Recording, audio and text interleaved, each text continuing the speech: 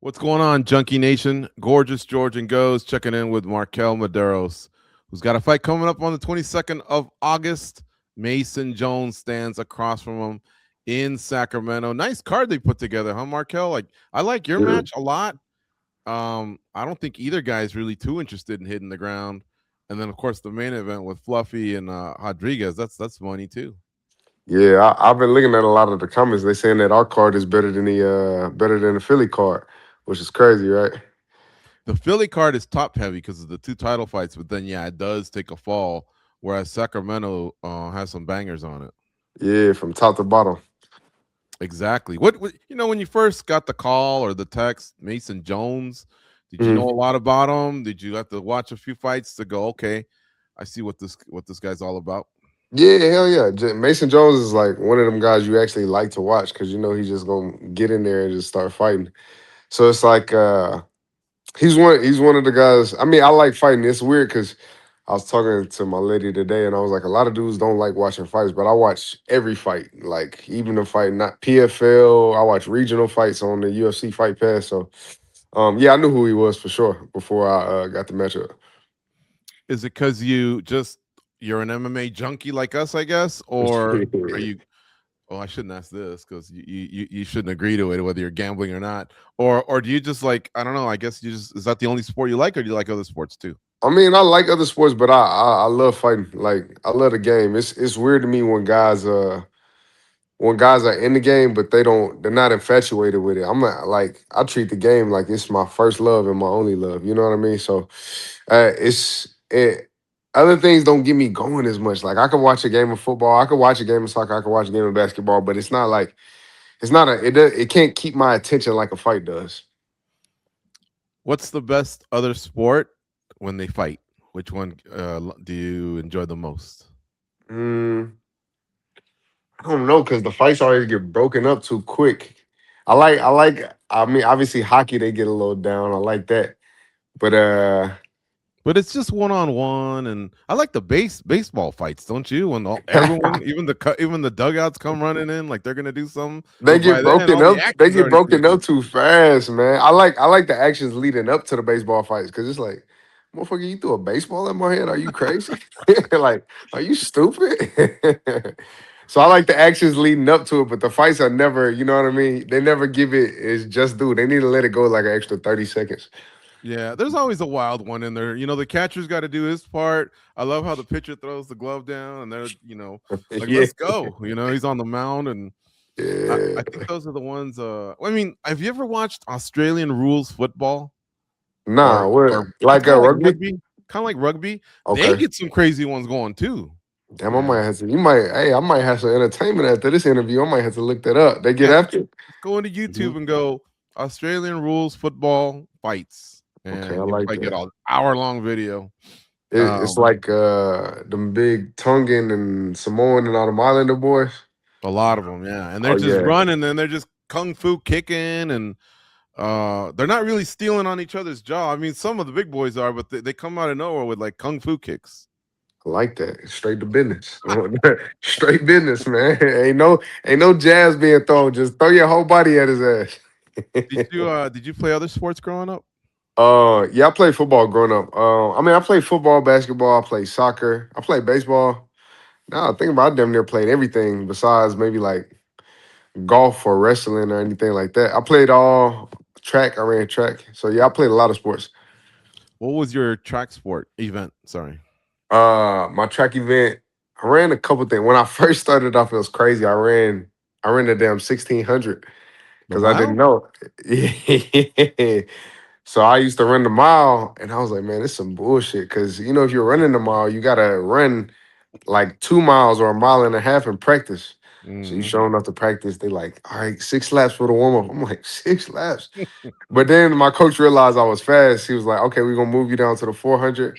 400 is hard as hell. That's probably the Hell hardest yeah, first. it And is. and then I ran 100, 200 too. So I kind of started long distance and then chopped it all the way down to the 100.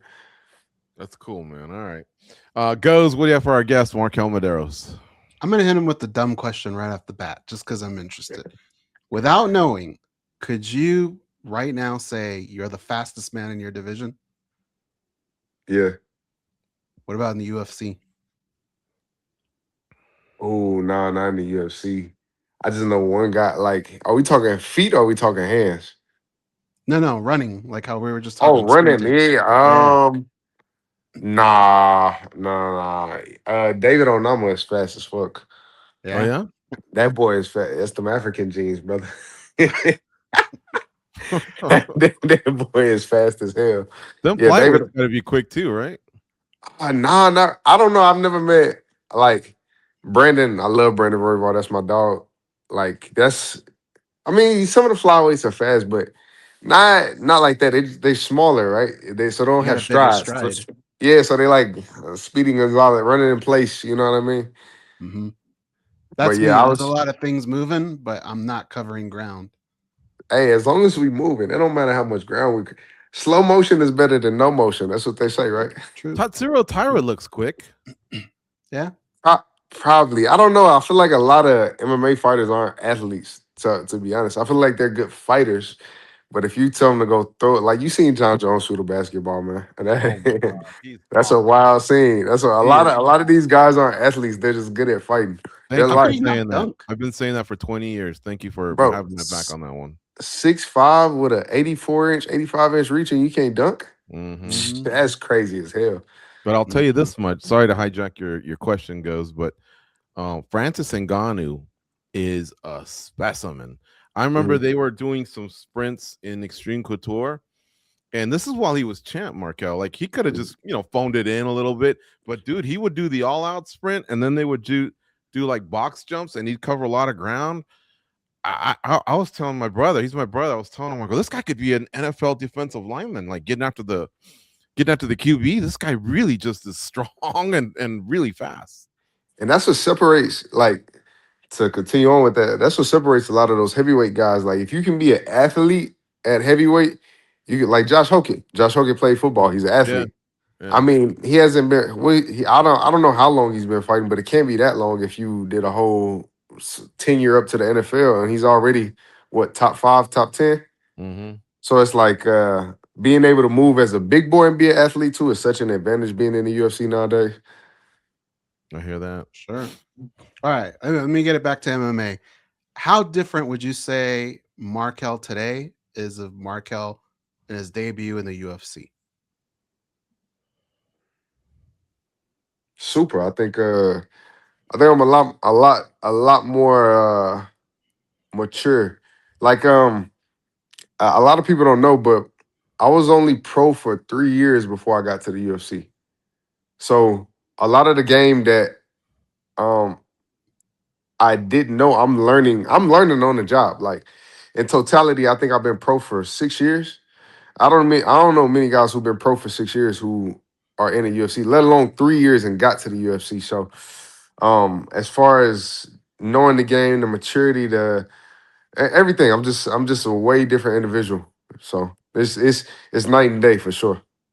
What's the biggest lesson you've learned on the job? Um that's a question. That's a real question. Um Mentality is everything.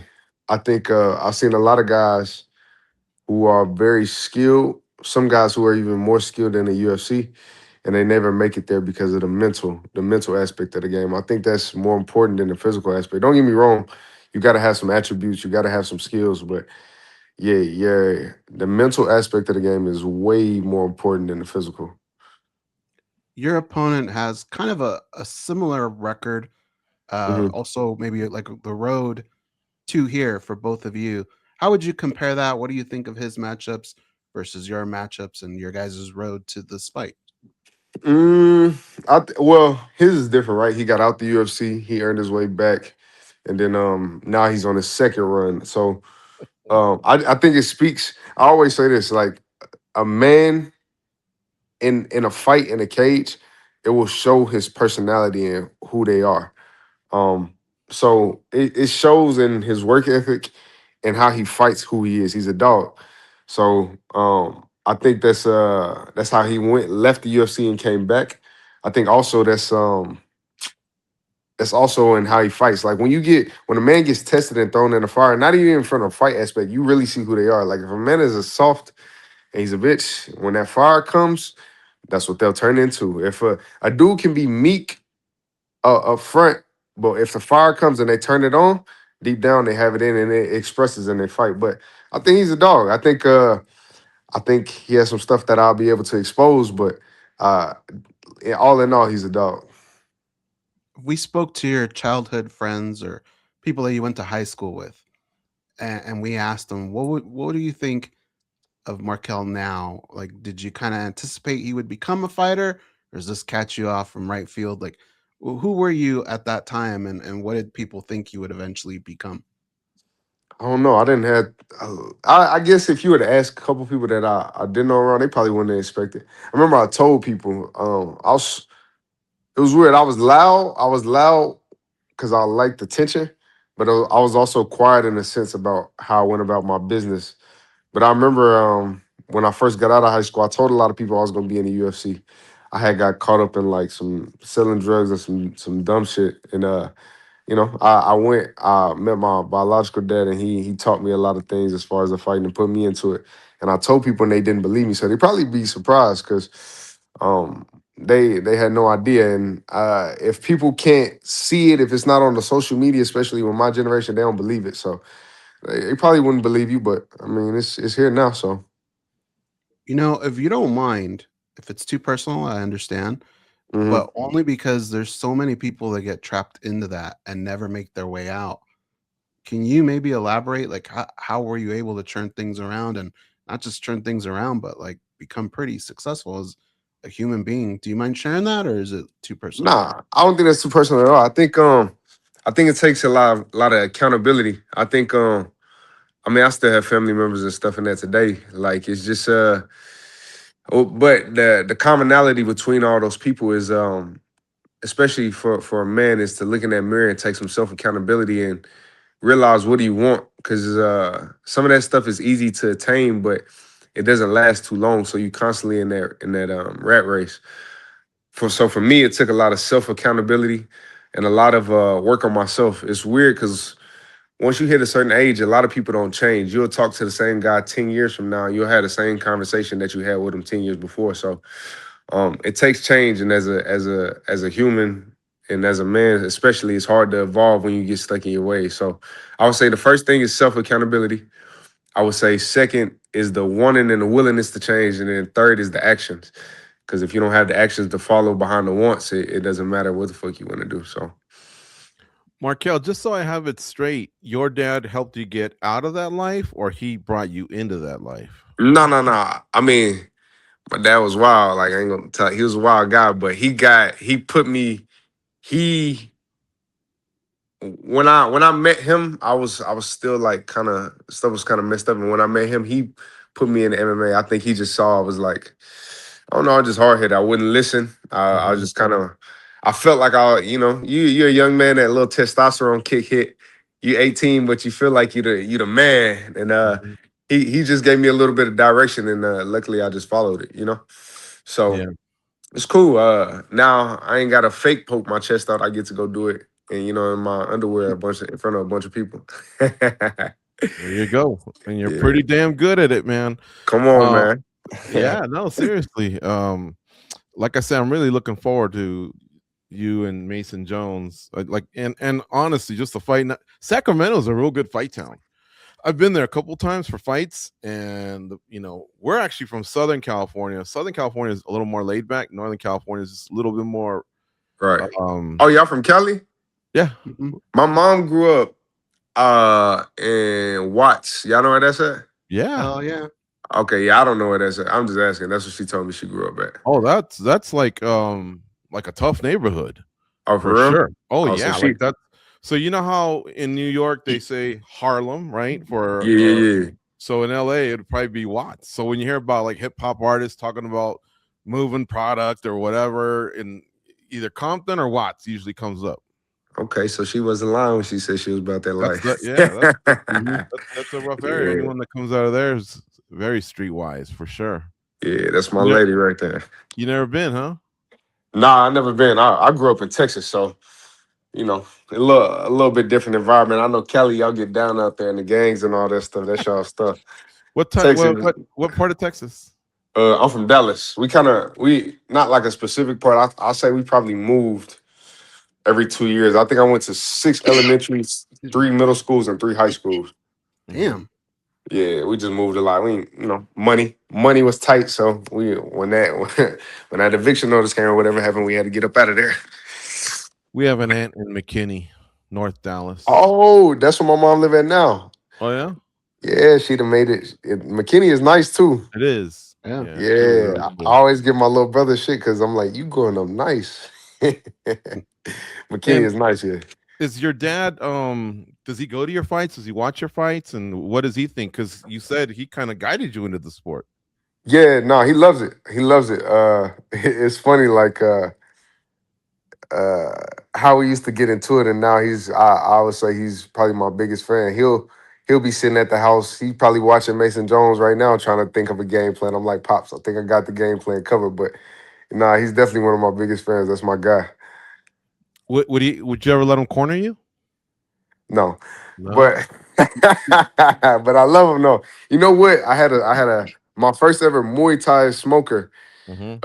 I had like a little smoker. He cornered me, and it wasn't a lot of cornering going on. It was just a lot of screaming and him saying hit his ass. So I think we experienced that already. We don't need another one of those.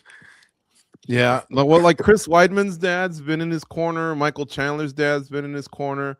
There's been a few guys that have done it, and some just are like that third guy just to be there because Like the when fighter David wants them Goggins there. cornered Tony Ferguson. Who? Oh yeah, Brock. Yeah, David Goggins. like Oh, when David Goggins cornered Tony, the same Yeah. thing. Yeah. Like I remember at Mandalay Bay. Who was it, Ghost? Do you remember the fighter whose mom would not watch, and she was just in an elevator with like a rosary, and she brought herself to the arena, but she couldn't bring herself to watch. Was that Kelvin Gastelum's mom? Was it? I don't know. Sure, I know what you're talking about. Yeah. She would just ride up and down the elevator, and she was just praying, but she would go to the arena. She just wouldn't watch the fight.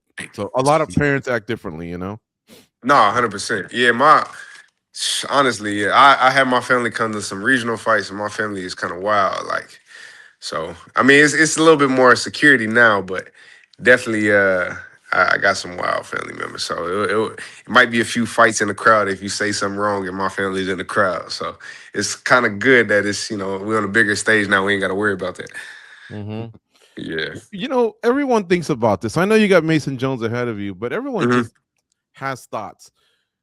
In 2028, can you be world champion, or do you see it like more 2027, 2029? Like, not the amount of fights, but just what do you feel like you need as far as like seasoning to make yourself as good as you can get and ready to fight for a title? How much longer does that take? I think so it's a weird game, right? Like if we talking skill wise, I think 2027 I can be ready. Towards the end of 2027 I can be ready. But this is the UFC is playing it's like playing a chess game. It's not just about your skill level, it's about the media, and that's more the side I gotta work on. I gotta work on putting myself out there and getting more on social media, because you get to skip the line when you have a presence and when you putting asses in seats. So I think that skill wise, yeah, I'll be ready before 2028. Now on the media side, that's gonna be the aspect we're gonna have to work on, and presenting a package that sells. Does it? You know what I mean? Yeah. Yeah. So that'll be the only difference. But I definitely feel I could beat a lot of these guys, 100%. How does this fight end on the 22nd? What do you envision? My hand raised 100%. I want to be the first guy to finish Mason Jones, and he's never been finished, so I want to be the first one. Mm-hmm. Do you? Well, I guess I'm asking for too much strategy, but do you want to rush it, or do you want the finish to just come organically? Some people are programmed to get in and get out, and they tell us, hey, they don't pay me by the hour, and then others feel like, hey, we're veterans here. No one's going to go down very easily. It takes time to chop down the tree. Well, we know Mason. We know Mason's not showing up to half step. We know Mason's coming to get in your face. So I will have my answers for you on August 22nd, and I hope you tune in so you can see them. Last question. Is you a Cowboys fan? No, Tony Romo Thank ruined that for me, brother. Good Lord. All right. Tony Romo out here dropping field goals. You see that trouble he got into lately? Oh no, what happened? Drunk driving. See, they would have let him go if he would have held that field goal right. So He would have been back home right now. He wouldn't even have got the DUI. So then who's your squad? I don't know. I kind of follow more players, but I always like the Eagles. All right. Well, yeah. Can't say much about them because they've been winning a lot lately. Yeah. But I even liked them when they're shitty. I kind of started liking them when Michael Vick had went over there, had a couple decent. Donovan McNabb was over there. I mean, they always been winning, right? But they had a little streak where they went through it. But that's my team. If I had to choose a team, who are y'all teams? I like the San Francisco 49ers. He likes the Washington Redskins. Or sorry, Commanders. Oh yeah, the Commanders now. The Commanders might do something big this year. Oh yeah. I mean, they I thought they were going to be better last year, honestly, because the year before with that Jaden Daniels guy, man, he's a star, but I think they got injured. I guess Goes can chime in. What was the deal, Goes? He's back now, but there's room on this bandwagon if you want to jump on. We in the same division. I'm gonna just hit you up whenever we play and tell you like, hey, good luck next week. Right. But yeah, you can keep the Commanders, man. Hey, the last thing I wanted to tell you was, you know how you like to watch every fight possible? Yeah.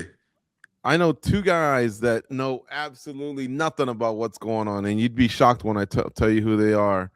Okay. Cowboy Cerrone does not follow MMA. Okay.